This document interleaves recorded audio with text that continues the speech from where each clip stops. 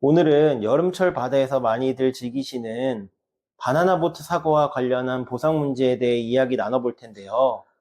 김보관 변호사님 설명해 주세요. 반가워. 요즘같이 좀 더운 날씨에 바닷가에 많이들 가실 텐데, 바나나 보트 사고로 문의가 조금씩 와. 근데 문제는 보장을 제대로 못 받는 사람들이 생각보다 훨씬 많다는 거. 그런 사고가 나면 워낙 갑작스럽다 보니 대응이 쉽지 않죠. 맞아. 특히 바다에서 다치면 주변도 굉장히 소란스럽고, 다들 놀러 온 상태니까 사고 수습보단 당황하기 바쁘지. 근데 그 와중에 몇 가지만 챙겨두면 나중에 큰 도움이 돼. 일단 첫 번째는 사진, 사고 장소나 다친 부위, 타고 있던 바나나 보트 상태까지 다 찍어두시는 게 좋아. 그리고 꼭 응급실에 가서 진료를 받고 진단서에 수상 레저 중 사고라고 명시되게 해야 돼. 보통 그런 사고에 대해 보험 처리는 어떤 식으로 이루어지나요? 기본적으로 그 업체가 가입한 영업 배상 책임 보험으로 처리를 하는 거야. 그런데 이게 그냥 자동으로 되는 게 아니야. 피해자가 보험 접수 요청을 해야 되고 업체는 꺼리기도 해. 왜냐하면 기록도 남고 보험료도 올라갈 테니까. 그래서 슬쩍 치료비 좀 줄게요 하고 현금합의 보려는 경우가 더 많겠지. 보험 접수 자체를 미루는 경우도 있나요? 그런 경우 많지. 예전에 한 분은 업체에서 접수를 계속 미뤄서 본인이 직접 보험사에 사고 사실 통보를 하고 접수를 했어. 피해자가 직접 나서는 것도 가능한데 많은 분들이 그걸 몰라.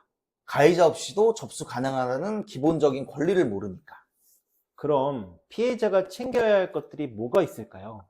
일단 뭐 업체 사업자 정보를 알아야 될 거고, 그다음에 뭐 보험 가입 증서, 그리고 사고 당시의 사진, 진단서, 응급기록, 뭐 119 불렀다면 출동 기록도 중요할 거고, 병원에서는 반드시 수상레저 중 사고라고 진단서에 넣어달라고 요청을 하셔야 돼. 이것만 빠져도 보험사에서는 일상생활 중 사고 아니냐 뭐 이렇게 물고 늘어져.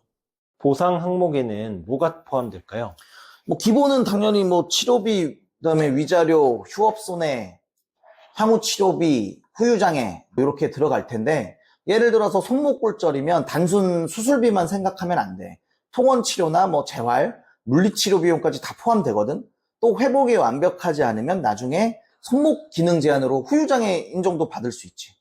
보험사는 그런 보상을 잘 해주지 않으려고 할 것 같은데요. 당연히 잘 안 하려고 하지. 항상 과실을 들이대지. 당신이 중심 못 잡은 거잖아요. 뭐 그 놀이기구 특성상 위험은 감수해야죠. 이런 식으로 말하면서 과실 비율 고객한테 70% 있다 이렇게 주장도 해. 그럴 땐 어떻게 해야 할까요? 그럴 땐 우리가 개입을 하지. 그 업체의 과실을 입증을 해야 돼. 조종자의 어떤 부주의, 안전장비가 미비했거나 아니면 사전 설명이 부족했거나 이런 것들을 잡아내야 되지.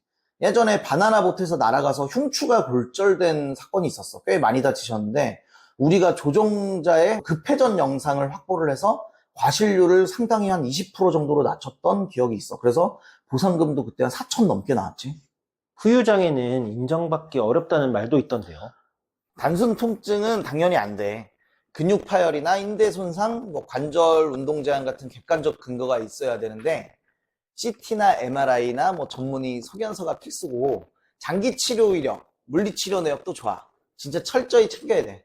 그리고 후유장애 진단서는 되도록 전문 기관에서 받는 게 좋고, 그냥 동네 병원에서 받으면 보험사가 인정 안 하려고 해.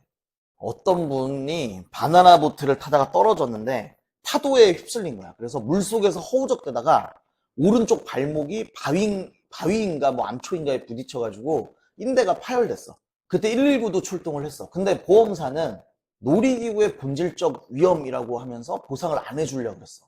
우리가 조종자가 뭐 속도가 조절하는 게 미흡했다, 안전요원 배치가 없었다, 뭐 이런 부분들을 증명을 했고 결국에 보상을 받았지. 합의금으로 한 2,500만 원 정도? 자주 묻는 질문으로 합의금은 언제 받아야 하나요? 이런 것도 있을 것 같아요. 많이들 물어보지. 치료가 다 끝나고 장애 유무까지 확인된 뒤가 사실 가장 좋아. 너무 빨리 합의하면 나중에 후유장애 생겨도 추가 청구가 어려운 경우가 있을 수 있어. 또 어떤 분은 회사 눈치 보여서 빨리 끝내고 싶어 하는데 그건 손해야. 회복을 충분히 지켜보고 진단서가 나오고 손해 산정까지 다 끝나고 그러고 나서 천천히 합의를 해야겠지. 그럼 마지막으로 시청자분들께 한 말씀 부탁드릴게요. 사고는 누구에게나 일어날 수 있어. 그런데 중요한 거는 그 사고 이후를 어떻게 준비하느냐. 그냥 운 나빴다고 넘기지 말고 보상받을 수 있는 권리라면 제대로 챙겨야 돼. 필요한 자료를 모으고 병원 기록도 남기고 전문가한테 조언을 받고 그래야 억울하지 않게 끝낼 수가 있어.